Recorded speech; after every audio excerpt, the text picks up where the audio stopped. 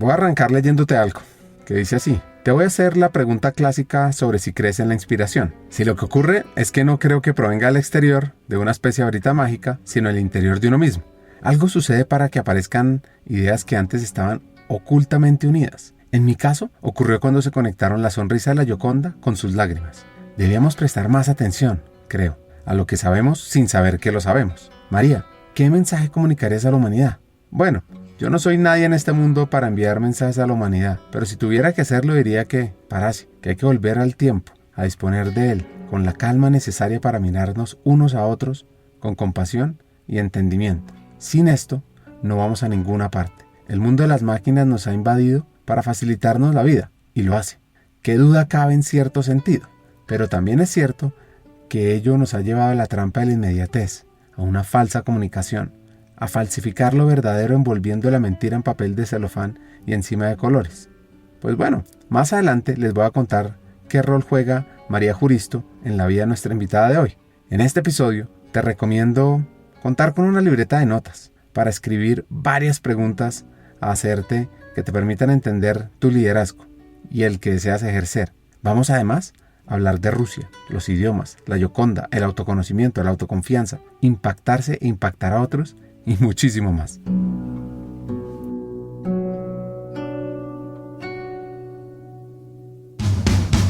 Hackers del Talento, el podcast que busca cambiar el juego por lo humano en Iberoamérica. Nuestra tercera temporada está enfocada en ti. Luchar con determinación por lo que quieres en la vida, ¿no? Entender por qué te levantás todos los días y vas a determinado lugar o te conectás para desarrollar una tarea. Entender el por qué. Un equipo que sean coachables. Una persona que no es capaz de hablar de sus fracasos, o peor, que considera que nunca tuvo fracasos o nunca tuvo fracasos, es una persona en la cual definitivamente no quiero invertir. Pues yo quiero invertir en personas que hayan fracasado muchas veces, porque quiere decir que aprendieron un montón. Cree en tu talento, tus capacidades, para que seamos parte clave de una región más competitiva, inclusiva, equitativa y próspera, donde juntos pongamos a las personas en el centro del mundo del trabajo. Nuestra responsabilidad es ayudar a líderes a que conecten su cabeza con su corazón. Porque es imposible hacer algo o tomar acción sobre una situación o sobre un problema del cual uno no es consciente. Esperamos que disfrutes esta tercera temporada, porque va a ser una fuente de inspiración, unión, colaboración, aprendizaje, debate para la comunidad interesada en el talento.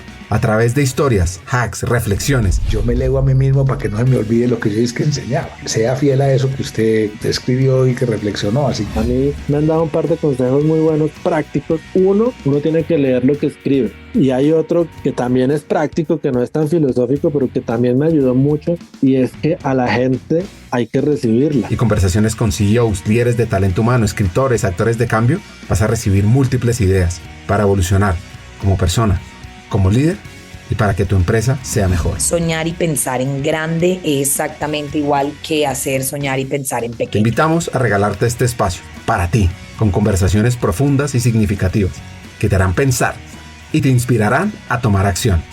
Únete a nosotros en este viaje para hackear el talento y juntos cambiemos el juego por lo humano, por un futuro fuera de serie.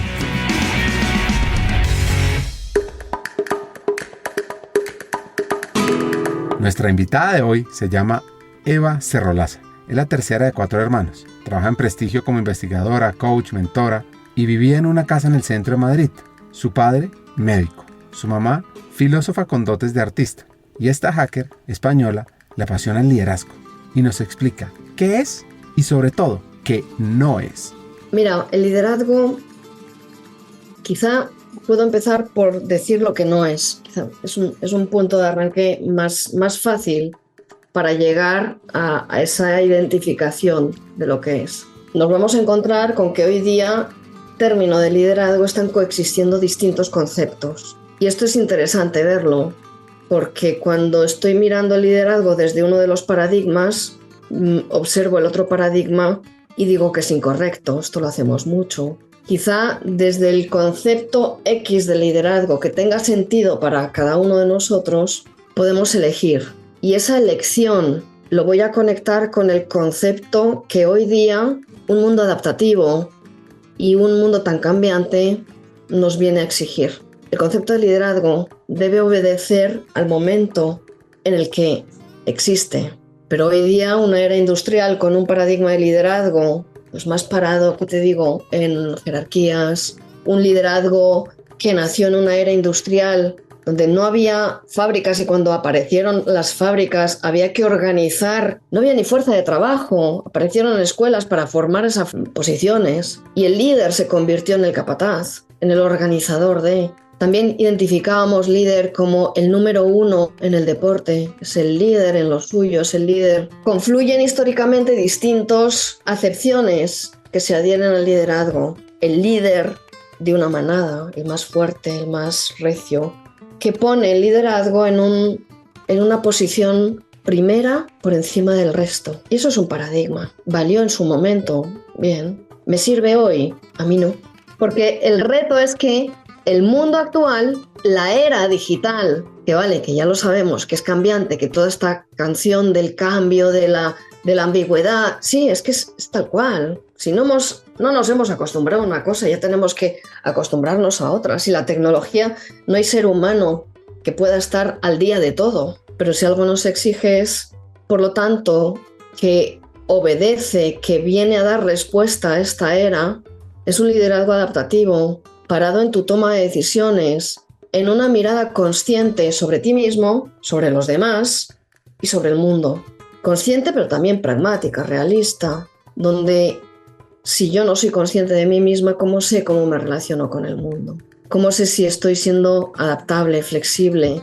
¿Cuáles son mis retos, mis cualidades, pero también mis límites? En una era industrial no nos enseñaron a reconocer nuestras cualidades, Ricardo. No hay día que no hable con personas y cuando pregunto cuáles son tus dones y cualidades, no, que lo digan los demás. ¿Cómo así? Porque hay un paradigma que viene a instalar la idea de que si yo me reconozco a mí misma en que soy buena, no estoy siendo humilde. Pero es que la humildad es otra cosa. Si no soy capaz de conocerme a mí misma, autoconsciencia, primera decisión del liderazgo, trabájate, conócete, hazte consciente de cómo funcionas a nivel mental, cómo te emocionas, cómo piensas, para tomar decisiones orientadas a qué. Conéctate con algo que tenga sentido para ti. ¿Para qué estás aquí? En un mundo que va a una velocidad y en el que puedes ser feliz, claro que sí. ¿Qué tiene sentido para ti? Segunda decisión del liderazgo. ¿Qué propósito quieres perseguir en tu historia para trazar en ese libro en blanco, en ese proyecto de vida, la coherencia con esos valores que tú eliges, con eso que es importante para ti, con la conciencia de ti mismo, pero entregando valor a los demás y entendiendo qué es el mundo que está en tu ámbito de control y que no?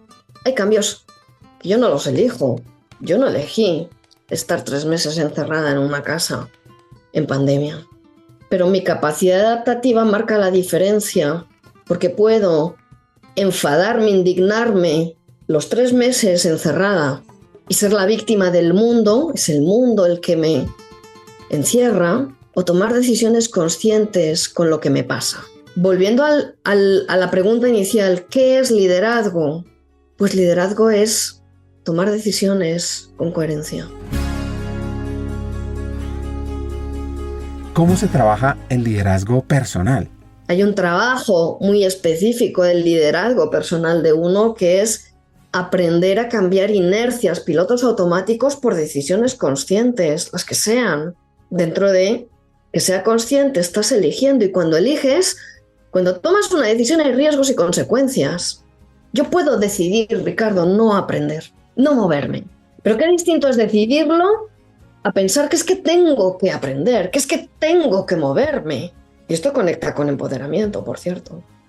Pero cuando yo me pronuncio a mí misma, no es que tenga que hacer algo, es que quiero o no quiero. Esa es la pregunta, ¿quiero ir para allá o no quiero?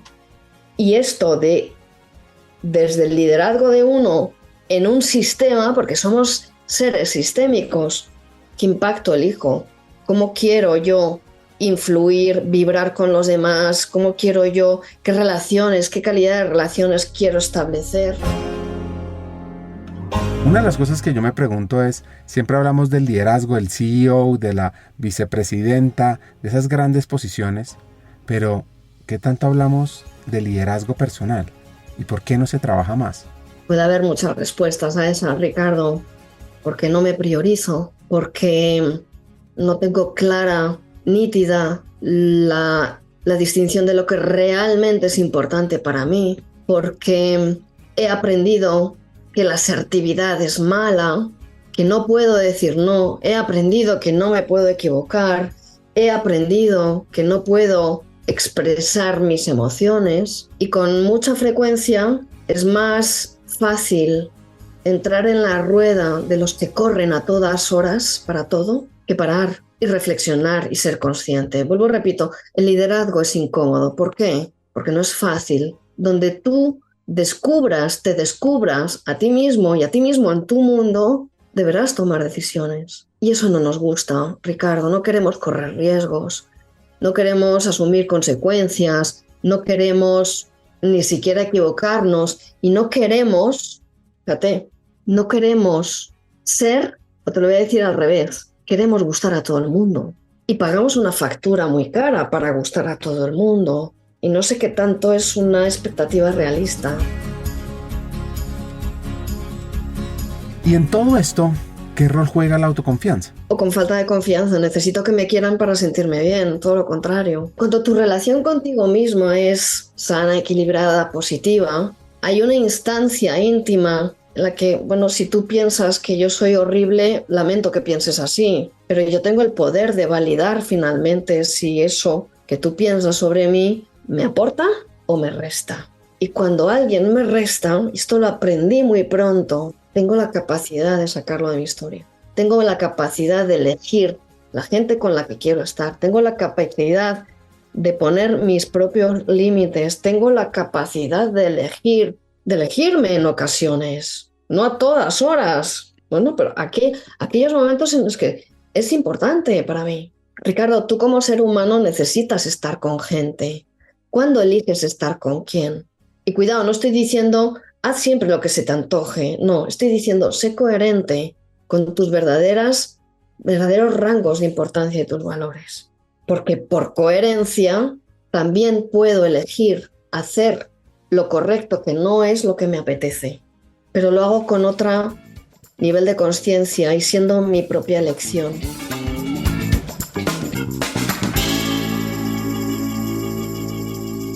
En este episodio, los hacks de liderazgo te fascinarán. Y más que eso, te servirán para comenzar o continuar el viaje a ser un mejor ser humano, una mejor líder. Ahora te los voy a contar. Más adelante, tenme paciencia, porque es que la vida de Eva es también sumamente interesante. Sus padres la inspiraron. Lastimosamente, su papá falleció en la época del COVID. Y esto nos lleva también un poco a reflexionar sobre lo que significan los padres y los hermanos, es decir, la familia. Pero si algo tienen los papás, mis papás, es que han sido referentes en muchos sentidos, y siendo muy terrenal, muy realista, referencias poco idealizadas, ¿no? Quizá ya invito a poner una mirada en esa realidad como es. Personas con muchas bondades, con muchas cualidades, con valores que me transmitieron, también con sus puntos débiles, con sus limitaciones, como todos nosotros. Y quizá eso es algo que me enseñaron. Yo he aprendido de mis papás a perseverar, a empeñarme en cosas, a pesar de que el mundo te puede estar diciendo por ahí no. He aprendido a soñar con lo que a mí me llene, con lo que mejor sepa hacer y que haciéndolo sea disfrutona, que viva las cosas desde esa pasión que yo creo que todos sabemos conectar en algún momento con algo. De mis hermanos aprendí a pelear, a compartir, a entender que no estoy sola ni soy la única. Y por ahí va el aprendizaje. Una infancia muy feliz, llena de oportunidades y también con desafíos, con muchos desafíos. Mi mamá ha escrito novelas, tiene libros de poesía y tiene un par de novelas publicadas, las falsas lágrimas de la Gioconda, una novela de corte histórico, una aventura de espionaje en el contexto del cuadro de la Gioconda. Y muy buena en letras, una artista, una poetisa con una sensibilidad muy especial que quizá me transmitió a mí en algún momento. A mí me encanta escribir. De hecho, yo estudié filología, Ricardo, y ahora te vas a asombrar. Y escribir es una faceta mía que conecto de alguna manera indirecta con mi profesión, pero que está ahí muy presente, muy, muy presente. Les quiero leer una pregunta de una entrevista que encontré, que decía así: ¿qué es entonces para ti narrar, María Juristo? Y ella responde: Antonio Muñoz Molina ha dicho que uno no escribe para contar lo que sabe, sino para saber lo que cuenta. Es una idea maravillosa y absolutamente cierta, porque efectivamente, cuando te pones a escribir, poco a poco el tiempo se hace carne. Tu psiquismo se va transformando en el de otras personas, otros lugares, otras historias, como si de verdad pertenecieran a tu propia biografía. Las novelas no son solamente producto de la fantasía, sino de una realidad, la realidad interior del que escribe, que siendo desconocida hasta entonces, para él o ella, va surgiendo y plasmándose en el papel donde antes no había nada. Ya van a entender por qué estoy hablando de esto, y quiero seguir profundizando sobre Eva y lo que significa para ella el lenguaje. El lenguaje es lo más parecido a las matemáticas, Ricardo. El lenguaje es la expresión materializada de pensamientos que no vemos y que no estamos necesariamente sacando a la luz, pero cuando los sacamos a la luz a través del lenguaje, el propio lenguaje, a la vez que potencia, limita, suma, resta, divide, hace raíces cuadradas. Con una palabra te puedo hacer llorar, pero con una palabra tuya me estás diciendo 20 cosas más de las que crees que estás diciendo. Y eso, si me lo llevo al mundo del liderazgo, del desarrollo personal, del coaching, del mentoring, no te puedo contar la cantidad de información que uno aprende a escuchar que no se dice. El lenguaje verbal, por ejemplo, lenguaje no verbal, los silencios, los suspiros, y todo eso, Ricardo, se puede escribir. Antes de seguir, yo estoy inspirado en el primer capítulo de un libro que se llama Las falsas lágrimas de la Gioconda. Voy a arrancar leyendo una partecita que lo escribió María Juristo, que ya les conté antes de esa entrevista. Dice así: Leonardo, a su vuelta a Milán a Florencia, había trabajado durante 4 años en su retrato por encargo, supuestamente de su esposo Francesco di Bartolomeo di Zanobi del Gioconda, un rico comerciante en sedas, viudo por 2 veces antes de casarse con Lisa Gherardini, retrato sobre el que después, a lo largo de los siglos venideros, se han escrito ríos de tinta. Ella, por su casamiento, elevó más su condición social. Su marido tenía tratos con los Medicis. Al parecer, el encargo del marido coincidió con el de Giuliano de Medici, si es que es auténtica la teoría de que Giuliano también encargó a Da Vinci un retrato de Mona Lisa. Giuliano de Medici, hijo del gran Lorenzo y hermano de Piero y de Giovanni, el cardenal, no había olvidado el amor de su adolescencia, Lisa Gherardini. Por otra parte, ¿fue una mujer? ¿O era el rostro mismo de Leonardo el que se mostraba en el lienzo? Se preguntaban algunos teóricos sobre el tema. Pues tenía que elegir una de las dos hipótesis. Opté por lo primero, ya que era más fácil adentrarme en la psiquis de una mujer que en la de un hombre. Esto lo cuento y ya van a saber por qué. Sigamos con la historia de Eva. Me va marcando, ¿qué te digo?, el momento en el que tengo que decidir qué quiero hacer en mi vida.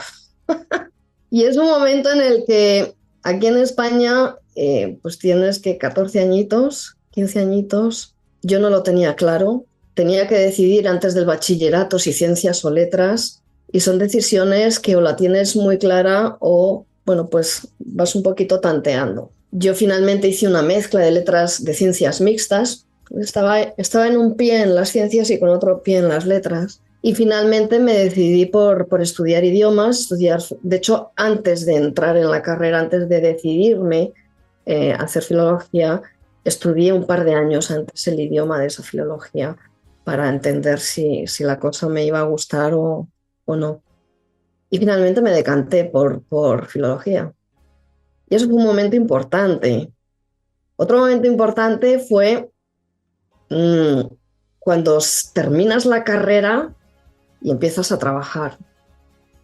Es otra decisión, ¿no? Que te enfrentas a un mundo donde sí, yo ya tengo la licenciatura, ya he recorrido un momento de estudios, ¿y ahora qué? Son momentos y ahora qué, ¿no? Y en ese ahora qué, pues se toca moverse, tomar decisiones, saber esperar, tener paciencia, aprender, seguir aprendiendo y seguir aprendiendo y seguir aprendiendo. Y las cosas se van dando. Les voy a explicar rápidamente sobre filología. Es una ciencia que estudia los textos antiguos para reconstruirlos, interpretarlos y comprender su evolución histórica. Hoy por hoy su valor radica en preservar el patrimonio cultural, en comprender la evolución lingüística y la interpretación crítica de obras literarias y filosóficas. Pues bueno, esta hacker, con el tiempo, ha venido descubriendo que lo que la mueve es el tema creativo, es la lectura, es estar con ella, con la comodidad de la soledad. Con la soledad, más que con la soledad, que también es inherente, ¿no? a la personalidad y al temperamento de cada uno, es quizá, y esto es un aprendizaje de vida, Ricardo, en el que, oye, miras para atrás ya desde la madurez y si hubiera reescrito la historia, hubiera aprendido liderazgo antes, Ricardo, para tomar decisiones más coherentes conmigo misma, aprendiendo de esa soledad y aprendiendo de lo que realmente para mí era importante, pero sin reproches, sin juzgamientos. Pero si algo es la madurez, es una mirada para atrás y dices, aquí perdí el tiempo, con esta persona perdí el tiempo, o con esta la gané. Haber intencionado un poquito más, y eso los adolescentes, quizá la adolescencia puede ir por ahí, ¿no? Esa etapa en la que uno se está tratando de definir, y pasan cosas, pierdes el tiempo, te distraes en actividades o te enfoques, para cuando te enfocas, pues ya la cosa está más clara. ¿Qué son los idiomas y cuál es el valor hoy por hoy? Son el estudio de una lengua en concreto, puede ser clásica, puede ser inglesa, puede ser germánica, puede ser rusa, puede ser islámica, etcétera, etcétera. Luego cada uno entra dentro de las filologías, no son todas iguales. Y si es una carrera, pues que da lugar a traducciones juradas, a todo tipo de imparticiones docentes, a interpretación, a traducción. Es decir, ese mundo, dentro de que te gusten los idiomas, es un mundo apasionante. A redacción, a, muchas cosas. ¿Por qué decidí? Una cosa que no me has preguntado es qué filología estudié. Yo desde chiquitita, me llevaron a un colegio francés. Yo desde toda la primaria la hice en francés, por lo tanto para mí el francés es mi segunda lengua. Y lo fácil habría sido filología francesa. Pues ya está. Vámonos por lo fácil. En un mundo rodeado de médicos, en un sector de medicina, donde mis hermanos tenían claro que querían estudiar medicina, yo no tenía tan claro ese derrotero. Y lo he vivido muy de cerca. Así que tenía ese dilema. Los idiomas siempre se me han dado bien y me han gustado. Y en aquel momento decidí estudiar chino. Pero en España en aquel momento no había chino. No existía. Estábamos hablando de los años 70 y muchos, 80. Nadie impartía chino. Entonces se me ocurrió que lo más raro, después del chino, iba a ser el ruso. Y sí daban clases de ruso. Empecé a dar clases de ruso, a recibir clases de ruso. Me encantó esto del cirílico y toda la relación que hay entre el ruso, el búlgaro, todas las lenguas eslavas. Y me licencié en filología eslava, por especialidad. La adopción del cristianismo en la Rus de Kiev, que era un conglomerado de tribus eslavas del este, en 988 marcó un punto crucial en la historia del idioma. Porque es que, imagínense que los misioneros bizantinos Cirilo y Metodio crearon el alfabeto glagólico y luego el alfabeto cirílico para traducir las escrituras cristianas lo que facilitó la difusión del cristianismo y unificó la liturgia y la administración. La Rus de Kiev se fragmentó en varios principados después del siglo XII, pero el uso del antiguo eslavo eclesiástico y los dialectos locales eslavos orientales siguió evolucionando, y el Gran Ducado de Moscú, que emergió como un centro político y cultural, jugó un papel crucial en la unificación y desarrollo del idioma. Y entonces, para Eva, ¿qué significa Rusia? Rusia, estás entrando en un jardín, Rusia supuso para mí un choque muy grande, porque en mi pasión, cuando hago las cosas no las hago a medias. Cuando algo me apasiona, me meto con toda. Y terminada la carrera, a mí me llamaba, yo tenía que irme para allá a trabajar, a afinar el nivel de ruso suficiente como para poder ser intérprete de ruso, que era donde yo estaba apuntando. Durante los últimos años de la carrera empecé a viajar a Rusia y durante esos viajes más cortitos, primero fue con una beca a la Universidad de Lomonosov de Moscú, después fue por libre, luego ya fue trabajando. Empecé a tener una serie de experiencias en Rusia bastante duras, bastante difíciles para mí. Ten en cuenta que estoy hablándote justo de la etapa en la que la primera vez que yo estuve en Moscú estaba el comunismo más férreo y viví toda la perestroika, la transición al capitalismo más brutal. En una apertura de muy pocos años donde fue como muy rápido y muy exagerado todo. Estudiante, joven, inexperta, encontrarme con lo que aquello era, primero la URSS y después Rusia, y lo que yo vivía allí me afectaba. Como otros compañeros míos, no logré irme a Rusia un año, no me sentía capaz. Entonces decirme a mí misma, Ricardo, no puedo, la factura emocional que me suponía, no podía. Y estaba hablando de mi carrera. Logré mi primer trabajo con una empresa, una química, que se dedicaba a vender un medicamento a los países del este, un medicamento prohibido en España, no sé si en Europa. La experiencia tampoco fue buena. Después de 9 meses dejé el trabajo muy hundida, anímicamente rota, y cerré una etapa de mi vida. Empecé a reconstruirme, me reinventé o entré a trabajar con francés, no con ruso, y a partir de ahí fue una serie de desarrollos y derroteros en actividades en las que yo sintiera que estaba aportando valor y que estuviera, ¿qué te digo?, aprendiendo, y en los primeros años recuperándome. Y eso, bueno, pues la vida me ha traído a trenes, me ha hecho... No la vida me ha hecho, me he subido a trenes que la vida me ha puesto delante, oportunidades que he visto que me han hecho muy feliz después de todo eso. Y no siento reproches ni lo considero un error, sino que vuelvo a la reflexión de somos el producto de nuestras experiencias y es nuestra responsabilidad aprender de ellas. Y es muy fácil, Ricardo, muy fácil juzgarnos hoy por lo que fuimos ayer. Pero si yo te ubico en el Ricardo de hace 5 años, 10 años, 30 años, posiblemente habrías hecho lo mismo.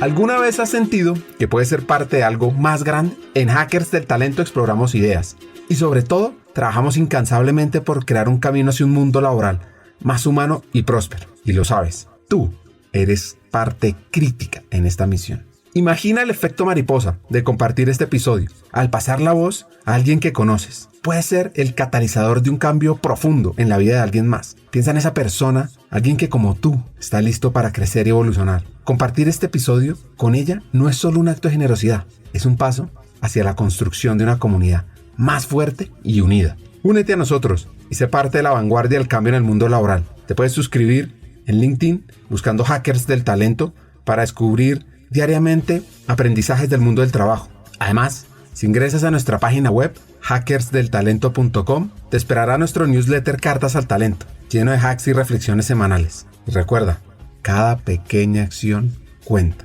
Al unirte a nosotros, más que escuchar un podcast, estás activando un movimiento. Estás formando parte de una transformación global. Estamos aquí, listos para avanzar. Te quiero hacer una pregunta. ¿Te sumas a nuestra misión de transformar el mundo laboral en un lugar donde todos podemos prosperar? Pues bueno, continuemos juntos en este emocionante viaje y sigamos escuchando el episodio. Recuerda, tu presencia es el cambio. Luego estuvo trabajando en una empresa financiera francesa que significó el fortalecimiento interno junto a un país vecino de Colombia. Una etapa en la que me sirvió de parada y reconstrucción fue varios años que estuve en una empresa financiera, matriz francesa, con un jefe, primero era director financiero, luego llegó a director general adjunto.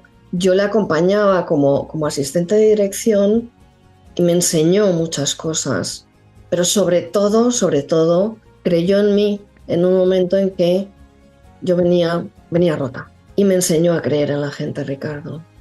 Con todo lo que la gente traemos, para bien y para mal, con talento y con defectos también, con limitaciones y con potencial, somos humanos, por encima de todo somos humanos. Y me enseñó eso, forjamos muy bonita amistad, recientemente por COVID, y no, le llevo en mi corazón. Después me fui a Panamá. A los 18 años yo conocía, y que hoy es mi marido, llevamos 30 años casados. A él lo destinaban a Panamá, cerré todo, lo dejé todo, cerré mi casa, vendí carro, dejé el trabajo, apostando por el proyecto de mi esposo y por construir entonces una familia. En Panamá finalmente estuvimos 8 años muy felices, donde te ubico en una escena en la que en la casa que habíamos alquilado, yo estaba sentada en las escaleras, unas escaleras que daban a un salón muy amplio. No había llegado la mudanza y la casa estaba totalmente vacía. Imagínate una casa grande totalmente vacía. Mi marido se iba por la mañana, muy prontito, a la oficina y volvía tardecito. Y yo me levantaba, Ricardo, mi café me lo tomaba en la escalera, no tenía ni mesas, no tenía ni sillas. Y yo recuerdo estar sentada en aquella escalera, viendo aquel salón en un país totalmente desconocido. Yo llevaba 2 días parada en Panamá, con una sensación de tener un cuaderno en blanco delante, un libro en blanco, sin saber qué escribir en él. Pero la oportunidad de escribir en un libro en blanco. Así que me puse a estudiar, a trabajar. Empecé a trabajar, estuve en el diario La Prensa como correctora de estilo. Me fui metiendo en Panamá poquito a poco, haciendo amistades, viviendo el país, viviendo la gente. Y de hecho, si ves acá atrás, lo que hay son, de hecho hay 3 banderas, una de ellas es española, la segunda es panameña y la tercera es colombiana. Mis 3 corazoncitos. Y en Panamá pude reconstruir mucho porque me formé, estudié muchas cosas. Estudié ingeniería, empecé el primer año de ingeniería informática, pero luego ya venía mi primera hija y venir a España, porque lo hacía por distancia, venir a España a examinarme se complicaba la historia, pero primero de ingeniería la logré y empecé a formarme en capacitación online, empecé a entrar en el mundo del desarrollo, de ahí evolucioné a irme certificando en coaching, particularmente. Panamá fue el inicio de donde estoy hoy, si quieres. Ahí trabajé como consultora de capacitación, hacíamos capacitación, hacía con una compañera, con una socia. Fueron años muy bonitos, con 2 niñas que vinieron al mundo y bueno, pues criando a mis hijas, trabajando en algo que me apasionaba, desarrollándome muchísimo, una sensación de tener ese libro en blanco de aprendizaje. Estaba absorbiendo la vida en esos 8 años. Y no hubo un momento en que decidimos que queríamos regresar a España y nos volvimos. Bueno, pues de una cosa en otra, Ricardo, para hacer el cuento corto, pues hice un máster desde Panamá, lo terminé en España. En España yo quería haberme tomado, pues, no sé, unos meses sabáticos. No me dio tiempo porque enseguida empecé a recibir ofertas de trabajo como capacitadora y en coaching. Nunca llegué a parar de trabajar y es algo que me ha fascinado, el mundo del desarrollo, del liderazgo. Y desde entonces, pues aquí estoy, no he parado. Ni creo que lo haga. Qué buen mensaje del libro en blanco, de pensar que en cualquier momento de nuestra vida, tener esas hojas en blanco es clave para siempre pensar que hay nuevas y diferentes posibilidades, que el escrito del pasado no determina el futuro. Así que la pregunta es, ¿cómo está hoy ese cuaderno? El cuaderno en blanco se abrió en Panamá y no se ha cerrado, Ricardo. Eso quizá es una manera de expresar, tienes el futuro lleno de oportunidades. Puedes ver lo que te ocurra como la mayor de las tragedias o el mayor de las frustraciones o sobre todo cuando el mundo no cumple tus expectativas. Pero ese cuaderno en blanco a mí me abrió a un mundo en el que las cosas van ocurriendo y mientras ese cuaderno sea coherente, lo que yo escriba en ese cuaderno sea coherente con mis valores y mi entregar valor, si es en un tren, si es en un aula de capacitación o si es... eso es secundario. No soy, Ricardo, la coach, no soy la formadora, no soy ni siquiera la traductora, no soy nada de eso, no soy mis roles. Y eso es liberador. ¿Por qué? Porque no soy la directora de nada, no soy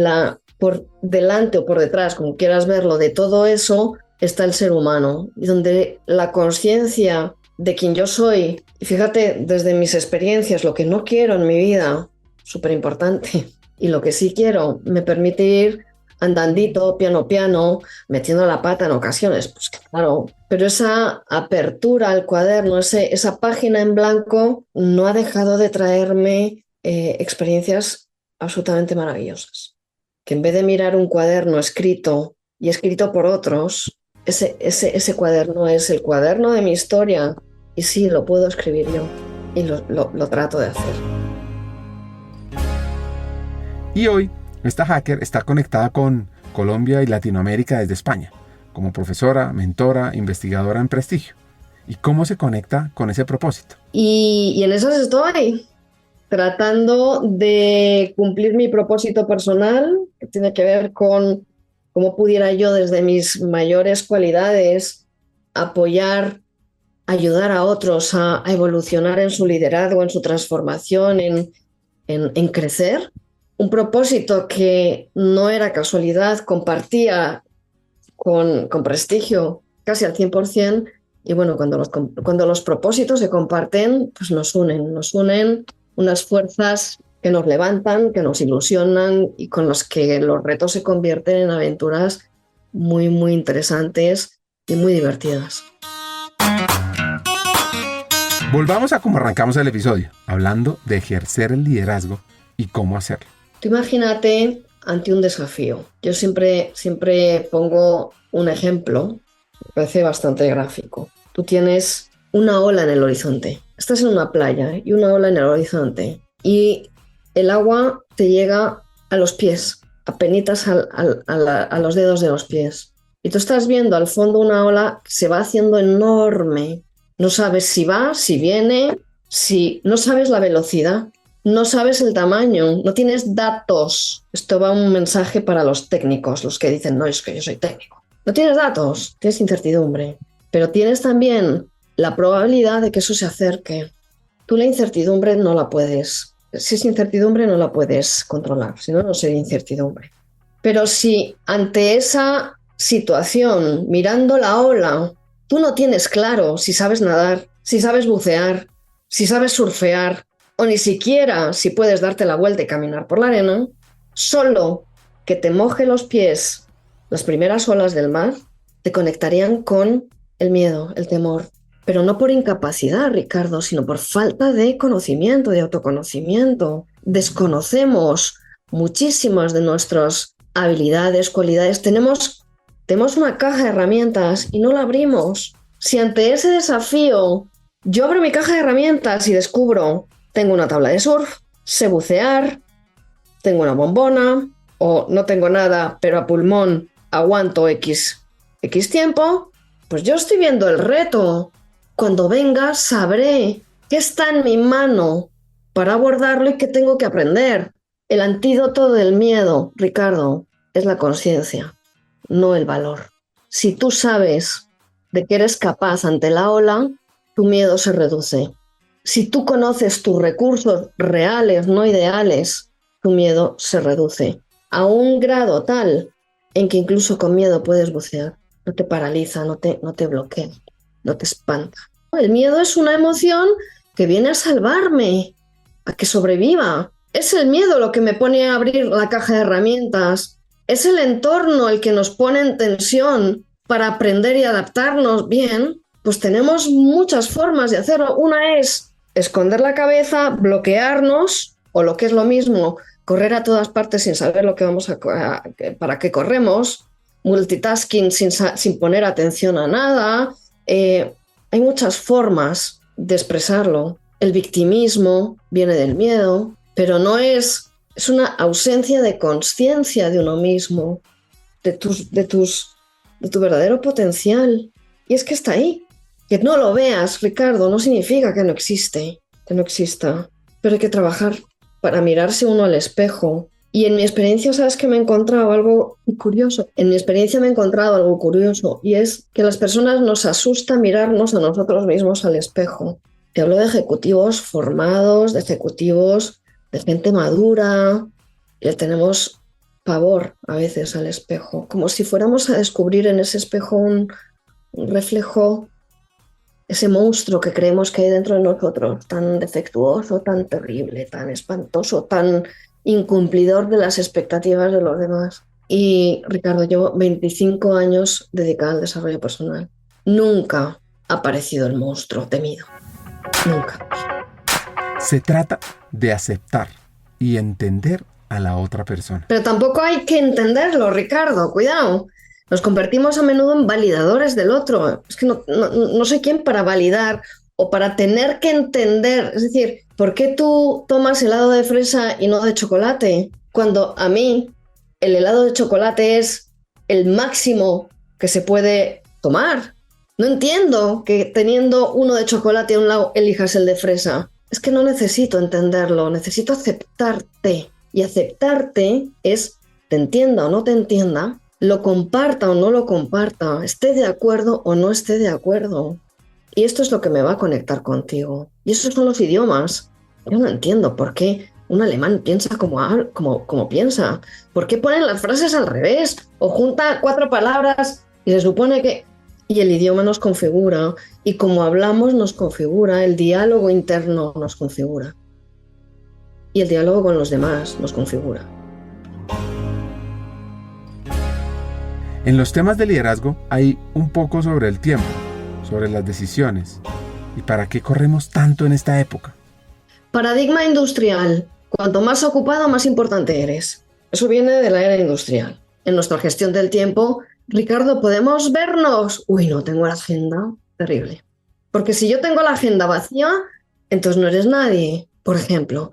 Pero es que además aprendemos que tenemos que, ojo al lenguaje, tenemos que llegar a todo, poder con todo, entenderlo todo, tener siempre la respuesta, hacerlo todo bien. Es decir, nos apegamos y nos educamos con una suerte de perfeccionismos, entre los cuales está el correr como hace todo el mundo, de nuevo gregarismo, porque de esta manera me siento validada. Si me paro, me distingo de los demás. Si me paro, reflexiono. Si me paro, me hago consciente. Si me paro, tomo decisiones. Ninguna de estas 4 versiones es cómoda. Es más cómodo correr, pero normalmente no sabemos para qué corremos. Una de las ideas sobre las cuales le he echado cabeza bastante es por qué nos da tanta identidad el trabajo. el cargo o el rol que jugamos en el mundo laboral? ¿Por qué le damos tanta importancia? ¿Y por qué no nos centramos tanto en las personas como seres humanos y no como seres laborales o como trabajadores? Puede ser también, pero volvemos a la conciencia, Ricardo. Tú no eres tu trabajo. Puedes creer que eres tu trabajo. Bien, es que quizá el reto de cada cual es venir a explorar, ser indagadores de nosotros mismos y de los demás. Tal Ben-Shahar, de la ciencia de la felicidad, que la felicidad de uno es integral, no es solo acá y solo allá, sino que hay una serie de elementos, estructura en su modelo SPIRE, está la espiritualidad, está el aprendizaje, o sea, una serie de elementos que si tú los trabajas, el resultado es esa felicidad. Pero también te dice, la felicidad no es algo que tú logres de manera directa, es una consecuencia. Entonces, es muy fácil venir a decirte, Ricardo, no corras, y muy ineficiente. ¿Por qué? Porque no estoy en tu carne y hueso, no estoy en tu piel. Aquí el punto es, ¿cómo vas a hacer clic para sencillamente vislumbrar la posibilidad de que eres un libro abierto que puedes escribir? Y que nada de lo que te haya pasado, de lo que hayas hecho, de lo que eres hoy, es que ni lo que pensamos necesariamente es la única verdad. ¿Qué opinión tiene Eva sobre ser líder en la empresa versus ser jefe? Claro, me preguntabas hace un ratito por los conceptos de liderazgo, por la definición de liderazgo. Volvemos a lo mismo, ese rango de capataz que organizaba, que gestionaba. De hecho, fíjate que en América Latina decís mucho mi líder, la gente de los equipos dice mi líder y está hablando del jefe. En España es un poco más infrecuente. Si yo hablo de jefe, es jefe. Entonces, la autoridad formal es un cargo, que significa que la organización te ha entregado esa herramienta que se llama poder formal para que tomes decisiones, para que logres los objetivos, para que movilices, para que organices a un equipo, si lo tienes, pero ese poder formal no necesariamente lleva asociado un liderazgo. Esta es la parte donde cada uno debe enriquecerlo y ojalá que un cargo formal se nutra de liderazgo, autoridad informal, porque no son antagónicos, deben trabajar en equipo. Pero que yo tengo un cargo y tengo una laptop. Una anécdota de sus enseñanzas como profesora que me pareció fascinante. A veces en el máster, muchas veces, de hecho en la primera clase les pregunto, oye, ¿tú te consideras líder? Las respuestas, Ricardo, frecuentemente son sí, porque tengo un equipo, sí, porque tengo seguidores, sí, porque tengo un cargo, sí, porque logro resultados. Y si no hay equipo, ¿no puedes ejercer liderazgo? ¿En serio? Y si no hay seguidores, ¿el quid de la cuestión del liderazgo es tener seguidores? ¿O es ejercer una coherencia, un para qué? Que tú me sigas o no me sigas es secundario, Ricardo. No es parar el liderazgo en el ego, por ejemplo, sino en la contribución. Muy distinto. Posiblemente tendrás seguidores después de todo, gente que aprenda de ti, claro, pero realmente no es relevante, porque tu liderazgo está parado en ese propósito, en esa entrega de valor, en esa coherencia, no en tener una colección de seguidores que me vengan a decir diariamente lo estupendo que soy. Transforma tu futuro hoy. ¿Estás lista? ¿Estás listo para ser esa persona líder que refine talento humano en tu organización? Recuerda, invertir en ti mismo, más que una decisión inteligente, es el acto más poderoso de liderazgo que puedes realizar. Y nuestra academia, Hackers del Talento LATAM, más que un programa de formación, es una inversión en tu potencial ilimitado. Una puerta a convertirte en visionaria, en estratega, capaz de impulsar el cambio, la innovación y adquirir las nuevas herramientas para transformarnos en este mundo tan tecnológico y tan humano. Te voy a dar 4 razones para que apliques cuanto antes a la Academia Hackers del Talento LATAM.